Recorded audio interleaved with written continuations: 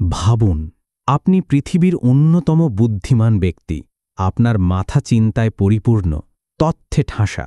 কিন্তু একদিন শরীর আর আপনাকে সাড়া দেয় না, আপনি কিছু বলতে পারেন না, হাতও নড়ে না।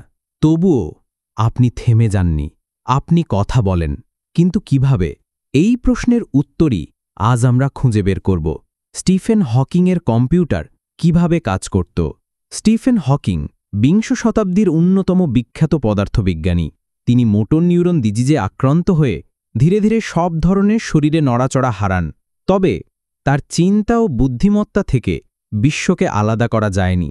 আর এই অসম্ভবকে সম্ভব করেছিল এক বিশেষ কম্পিউটার ব্যবস্থা। এই কম্পিউটার ব্যবস্থা মূলত তিনটি প্রধান অংশে কাজ করত।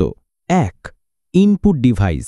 তার মুখের একটি মাত্র পেশি তখনও কাজ করত, ঠিক করেছিল সেইটুকু শক্তি দিয়েই যোগাযোগ করবেন।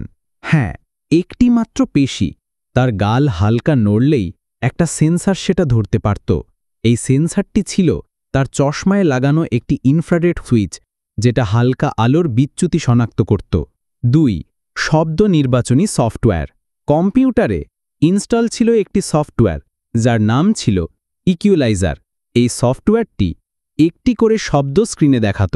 শব্দ আসত একটার পর একটা, 1 সেকেন্ডে একবার। যখন সঠিক শব্দটি আসত, হকিং ওই গালের পেশি নড়িয়ে সেটি নির্বাচন করতেন। ধীরে হলেও তিনি বাক্য তৈরি করতে পারতেন, আর এভাবেই তিনি লিখতেন বই, দিতেন বক্তৃতা। 3, স্পিচ সিনথেসাইজার। তার বানানো বাক্যগুলোকেই পড়ে শোনাত এক ভয়েস জেনারেটর। নাম ছিল স্পিচ প্লাস কল টেক্সট 50।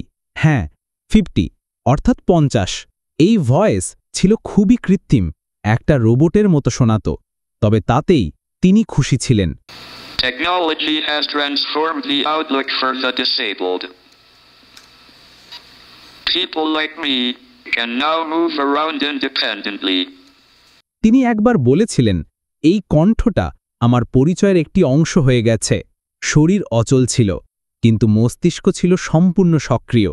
একটি পেশি, একটি সেন্সর, আর এই তিনে মিলে তৈরি হয়েছিল এক বিস্ময়কর প্রযুক্তি। স্টিফেন হকিং আমাদের দেখিয়ে গেছেন, সত্যিকারের শক্তি শরীরে নয়, চিন্তায়, ইচ্ছা শক্তিতে আর প্রযুক্তির ব্যবহারে। আপনারা শুনছিলেন স্টিফেন হকিংয়ের কম্পিউটার কিভাবে কাজ করত। এই চমৎকার গল্প ভালো লাগলে অবশ্যই শেয়ার করুন। আর হ্যাঁ, ধন্যবাদ দেখার জন্য।